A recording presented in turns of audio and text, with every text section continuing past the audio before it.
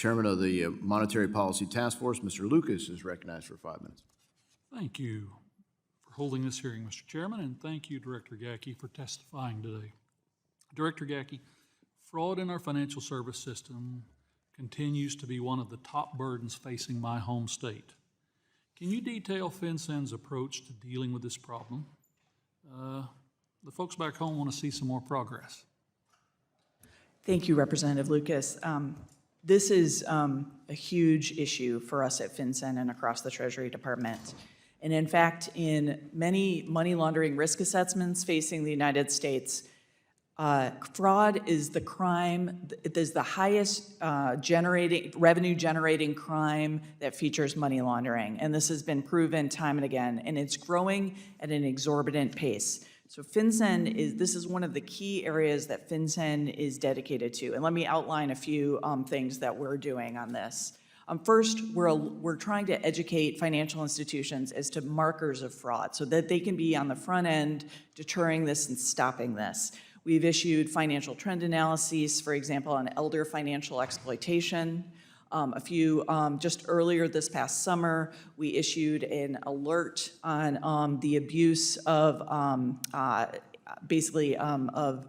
convertible virtual currency kiosks and how they can be used in in any financial exploitations. Just yesterday, we issued an alert on the troubling pattern of sextortion, a very specific type of fraud. Not only are we focused on different fraud typologies and making sure financial institutions are tracking that, but we're also actively working on repatriating funds that are taken by means of fraud. FinCEN has an active program called the Rapid Response Program that focuses on the fraud typology of business email compromise. And we work closely with the FBI and with Secret Service and IRS criminal investigations, where we can work through international counterparts to freeze or repatriate funds taken from Americans and brought overseas. Since the inception of that program, we have repatriated over $1 billion, and this is a incredible program that we look forward to building and developing to bring really meaningful action to ordinary Americans.